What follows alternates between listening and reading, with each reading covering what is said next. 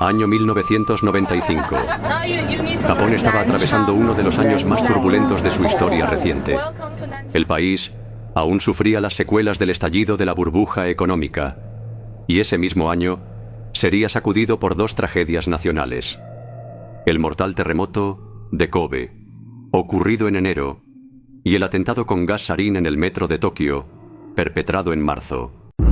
En medio de ese clima de inestabilidad, en un suburbio de Osaka, uno de los centros urbanos más importantes del país, una historia silenciosa y perturbadora comenzaba a tomar forma. Su protagonista era Aiko Tanaka, una joven de 28 años, de carácter tranquilo y mirada sumisa. Había sido pareja durante 6 años de Kenji Sakamoto, un hombre 7 años mayor que ella, hijo de una familia tradicional con cierto estatus en la zona. Aiko era como una flor cerrada. Siempre bajaba la cabeza, siempre caminaba detrás de él. Nunca escuché una risa suya, pero era buena muchacha, muy educada. Kenji, el hijo único de la viuda Tomie Sakamoto, era visto por los vecinos como un hombre seco, dominante y profundamente arrogante. Su padre, Shigeru Sakamoto, exmilitar retirado, había fallecido en 1983. Personas cercanas a la familia afirmaban que el padre tenía un carácter extremadamente autoritario y que su relación con Kenji fue marcada por la violencia y la disciplina extrema. Mi hijo, él era bueno, solo que no sabía cómo expresar lo que sentía. Su padre fue muy duro con él, muy estricto, o tal vez eso lo endureció, pero yo lo amaba. El tipo ese arrogante, nunca saludaba. Una vez lo vi gritarle a ella en plena calle porque no le trajo los cigarrillos que le gustaban. Desde entonces supe que algo no estaba bien.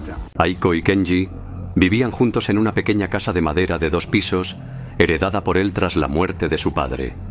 Ella había abandonado su empleo como auxiliar de cocina para dedicarse al hogar, una decisión impuesta por Kenji. También le prohibió tener hijos, no porque no pudiera, sino porque, según sus propias palabras, los hijos arruinan a las mujeres. El narcisismo, en especial el malicioso, suele ser un reflejo de lo vivido en la infancia. Un padre violento, frío y autoritario puede crear un hijo que, para sobrevivir emocionalmente, desarrolla una personalidad controladora y sin empatía. Nadie sabía mucho de la vida diaria dentro de esa casa. Las cortinas siempre estaban cerradas. Aiko rara vez salía sola.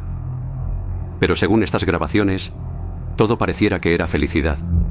Estos archivos mostraban eso, al menos de apariencia, pero ¿cuál era la verdad? Una mañana de abril del 95, Kenji Sakamoto simplemente desapareció. Su madre, Tomie, denunció que no lograba comunicarse con él desde hacía días.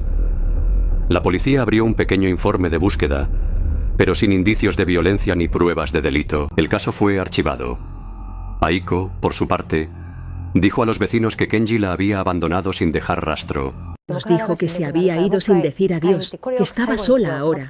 Fue raro, pero se la veía más tranquila, hasta sonreía un poco.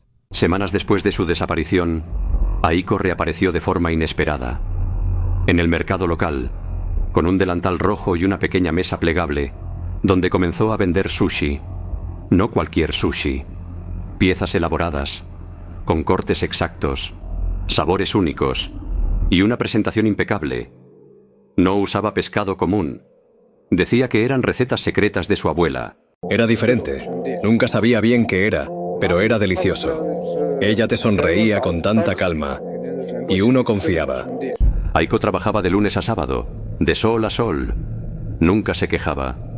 Nunca hablaba de Kenji. Cuando le preguntaban por él, respondía: ya no está. Pero estoy bien ahora. Los rumores no tardaron. ¿Por qué el sushi tenía un sabor tan distinto? ¿Por qué Aiko salía cada madrugada con bolsas oscuras? ¿Dónde estaba Kenji realmente? Una vecina llamó al cuartel diciendo que esa mujer cocinaba algo raro, que no usaba pescado fresco ni proveedores, solo ella y sus bolsas. Eso encendió la alarma. Una vecina llamó al cuartel diciendo que esa mujer cocinaba algo raro, que no usaba pescado fresco ni proveedores, solo ella y sus bolsas.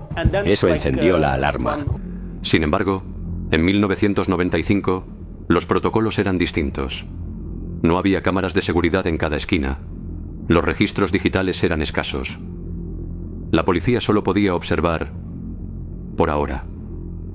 Aiko Tanaka seguía vendiendo su sushi, siempre sola, siempre en silencio. Una vez le pregunté si pensaba casarse otra vez. Me miró fijo, sonrió muy despacio y me dijo: el amor ya me comió una vez. No quiero repetir el plato. Nunca entendí esa frase. Hoy me da escalofríos. 1995 avanzaba y el silencio en la pequeña comunidad de Hirano, Osaka, seguía pesando como el aire antes de un tifón. La desaparición de Kenji Sakamoto comenzaba a ser un recuerdo vago entre los vecinos. Nadie preguntaba demasiado. Y Aiko Tanaka, su pareja de 6 años, parecía más estable que nunca. El puesto de sushi se había convertido en una curiosidad local. Clientes nuevos llegaban a probar su extraño menú, mientras ella servía cada pieza con una sonrisa serena y ojos cansados. Pero, bajo esa aparente calma, el pasado comenzaba a filtrarse. Estábamos revisando archivos viejos por un caso sin relación y apareció su nombre, Aiko Tanaka. Había presentado 2 denuncias en 1992 y una más en 1994, todas por maltrato psicológico y una incluso por agresión física. Pero en esos años, nada se hacía si no había sangre. Las denuncias habían sido archivadas sin mayor investigación. En una de ellas, Aiko relataba cómo Kenji la dejaba encerrada por horas, le quitaba el dinero y controlaba con quién podía hablar. En otra, mencionaba empujones y gritos que duraban hasta la madrugada. En los 90, Japón aún arrastraba una cultura conservadora sobre los roles de género. Muchas mujeres no eran escuchadas. Lo de Aiko fue sistemático. Fue anulada emocionalmente durante años. Pero el golpe más devastador aún estaba por llegar. En julio de ese mismo año, una mujer llamada Eri Kobayashi se presentó en la comisaría del distrito con un testimonio inesperado. Yo no sabía que él vivía con otra mujer. Kenji me decía que trabajaba en Tokio durante la semana, pero tenía una casa conmigo. Aquí en Sakai tenemos 2 hijos, uno de 5, otro de 3 años. Pensé que se había ido con otra, pero ahora veo que su madre también lo buscaba. El relato de Eri Kobayashi fue un terremoto emocional para todos. Kenji no solo había mantenido una relación paralela durante más de 5 años, sino que había formado una familia entera con otra mujer. Cuando la noticia llegó a oídos de Aiko, no reaccionó con rabia ni lágrimas. Según quienes la vieron esos días, simplemente se quedó en silencio, como si hubiera recibido la última puñalada invisible. Yo le llevé té una tarde, me senté con ella, no dijo nada, solo miraba por la ventana. Luego me dijo: no era solo mío, nunca lo fue. Esa fue la última vez que la vi hablar de él. La policía, al conectar los relatos, comenzó a sospechar que la desaparición de Kenji tenía más capas de lo que parecía. Ya no era solo un caso de abandono de hogar. Era un hombre con doble vida, doble hogar y múltiples secretos. Aún así, no había pruebas de delito, ni cuerpos, ni rastros de violencia en la casa que compartía con Aiko. Todo estaba limpio, perfectamente organizado, demasiado limpio. Buscamos en la vivienda. Nada. 0 rastros. Parecía que Kenji nunca había vivido allí. Aiko lo tenía todo tan meticulosamente ordenado que te daba miedo mover una silla. Aiko continuó con su rutina. Sus sushis seguían ganando popularidad y hasta salió una breve nota en el periódico local sobre su particular talento culinario. Pero la presión comenzaba a sentirse. Eri, la otra mujer, ahora exigía respuestas. La madre de Kenji, Tomi Sakamoto, seguía preguntando por su hijo, aunque con cada día que pasaba, su voz sonaba más apagada. Mi hijo era todo lo que tenía. Si se fue, debió tener sus razones, pero yo merezco saber dónde está su cuerpo, su alma. El vecindario comenzó a murmurar. ¿Por qué nadie había visto a Kenji en meses? Y si no se fue, sino que nunca salió de esa casa. Pero, sin pruebas, Todo era solo especulación. Aiko, como siempre, servía su sushi con precisión milimétrica. No hablaba con nadie, solo escuchaba, sonreía y cortaba. Le pregunté si alguna vez pensaba cerrar el puesto. Me miró y dijo: mientras haya hambre, siempre habrá algo que ofrecer. Me dio escalofríos. Nadie lo sabía, pero la verdad estaba cada vez más cerca. Solo faltaban unos días y un mal olor.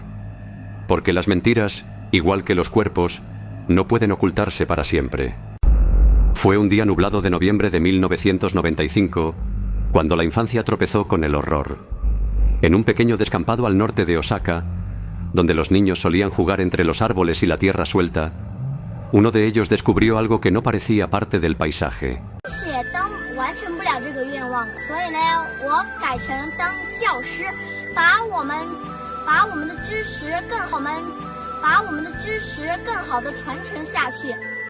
Los restos fueron entregados a la policía local. Las primeras inspecciones no dieron resultados concluyentes. En 1995, los análisis forenses eran más lentos y la identificación genética podía tardar meses. Los restos fueron clasificados como pendientes y enviados a un laboratorio forense de Nagoya, uno de los pocos en Japón con tecnología de análisis de ADN. Mientras tanto, Aiko Tanaka seguía atendiendo su puesto de sushi sin dar señales de alteración, aunque parecía hablar aún menos que antes. No había noticias de Kenji y la atención mediática comenzaba a apagarse. Pero en febrero de 1996, el resultado forense llegó. Los huesos encontrados eran efectivamente de Kenji Sakamoto, desaparecido desde abril del año anterior. Era él. Lo confirmamos por ADN y también por una prótesis dental que coincidía con su ficha clínica. El cuerpo estaba incompleto. Eso fue lo más extraño. Faltaban muchas partes, especialmente tejidos blandos y miembros. Era como si hubiese sido despiezado. La noticia estremeció a la comunidad. Por primera vez, la desaparición de Kenji ya no era un misterio doméstico, sino un posible crimen brutal. El foco, inevitablemente, volvió hacia Aiko Tanaka. Pero entonces ocurrió lo inesperado. Ella también había desaparecido.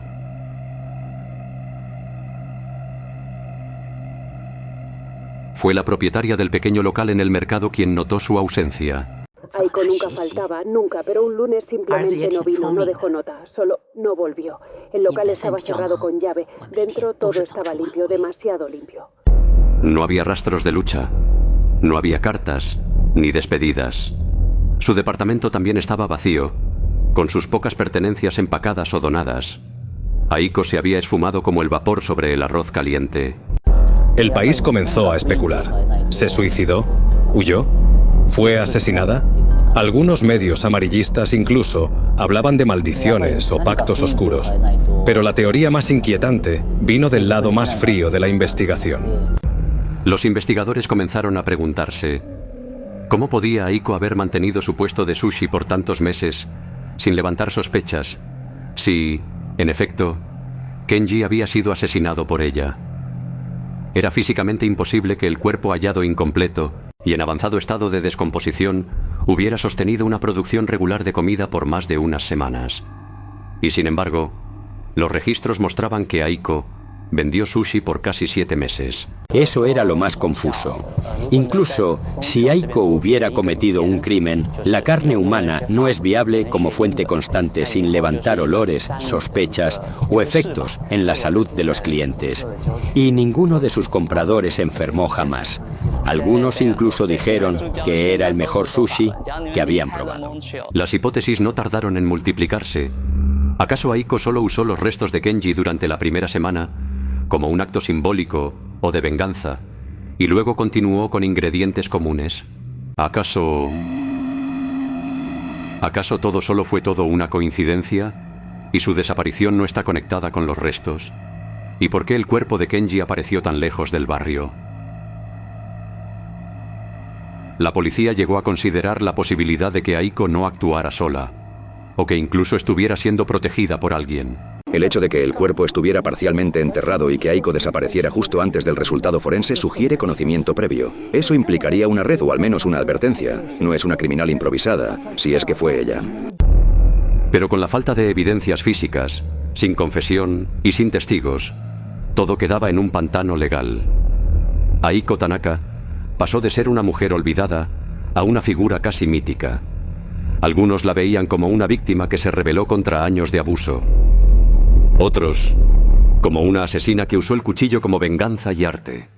Lo cierto es que desapareció sin dejar rastro y nunca más se volvió a ver. La madre de Kenji, Tomi Sakamoto, fue vista llorando a las afueras del laboratorio forense. Cuando se le preguntó si deseaba iniciar una demanda o buscar la extradición de Aiko en caso de que estuviera en otro país, solo dijo: «Ya he perdido a mi hijo. No quiero perder mi mente». Aiko Tanaka fue declarada oficialmente persona de interés en la investigación, pero al no encontrarse pruebas concluyentes de su implicación directa ni ubicación actual, el caso quedó estancado. La Interpol fue notificada, pero hasta la fecha, su rostro sigue sin aparecer en ninguna frontera. El misterio sigue sin resolverse, y las preguntas aún flotan en el aire, como el aroma del arroz avinagrado.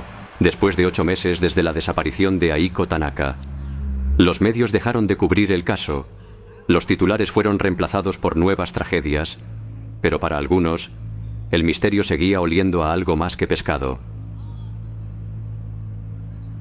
Fue entonces cuando un nuevo testimonio lo cambió todo. Un antiguo cliente del mercado, un profesor de biología retirado, recordó un detalle que antes no pareció importante. Un antiguo cliente del mercado, un profesor de biología retirado, recordó un detalle que antes no pareció importante.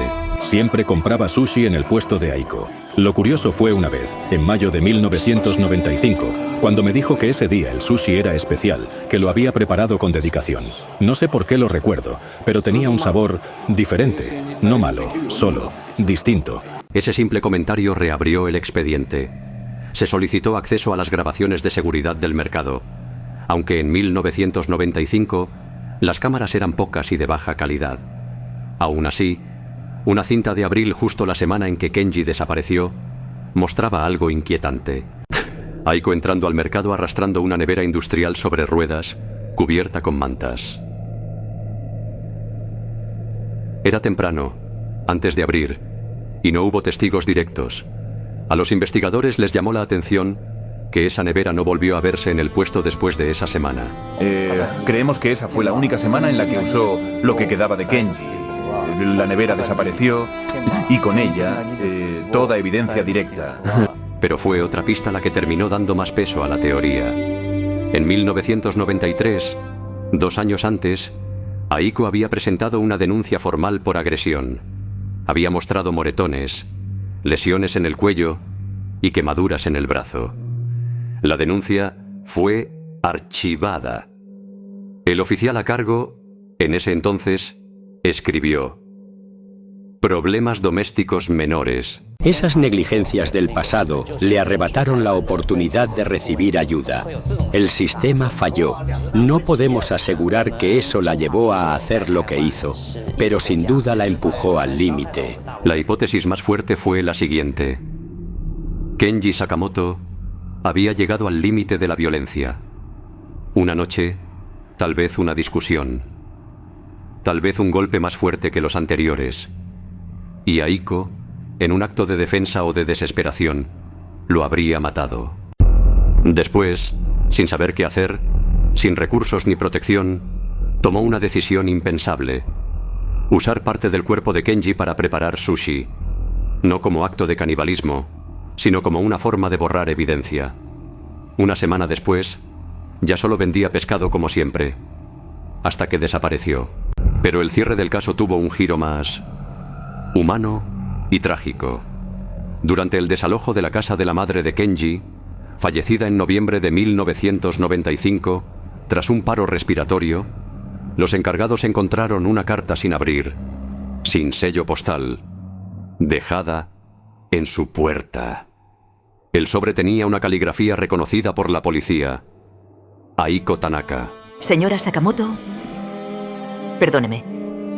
Yo lo amaba, pero su hijo no era el hombre que usted creía. No puedo contarle todo, pero él me convirtió en alguien que ya no reconozco. No la odié nunca. Al contrario, siempre la respeté. Me voy lejos. Espero que algún día entienda que esto no fue por odio, sino por miedo y por dolor. Y así termina uno de los casos más enigmáticos que sacudió Japón en 1995. La pregunta que aún retumba, casi 30 años después, sigue sin respuesta.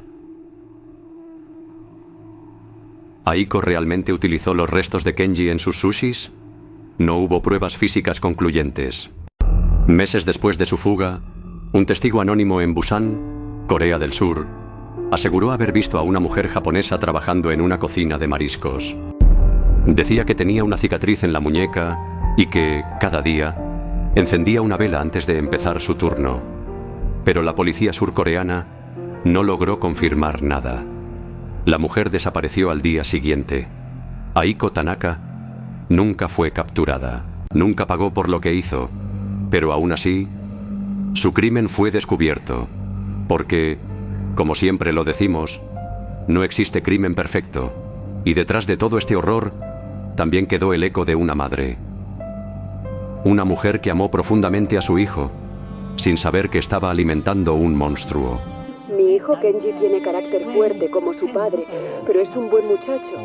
Un día cuando yo muera quiero que me entierren junto a él para cuidarlo aunque sea desde abajo de la tierra. Y así fue.